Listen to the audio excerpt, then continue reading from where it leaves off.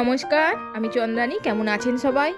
আপনারা আমার হাতে যে গাছটা দেখছেন, অনেকে একে ঢোল পাতা, অনেকে আবার কানাইবাসি, আবার অনেকে একে কানসিরে বলে ডাকে। প্রকৃতপক্ষে এই উদ্ভিদটি বহু বর্ষজীবী গুল্ম জাতীয় উষ্ণমণ্ডলীয় একটা উদ্ভিদ।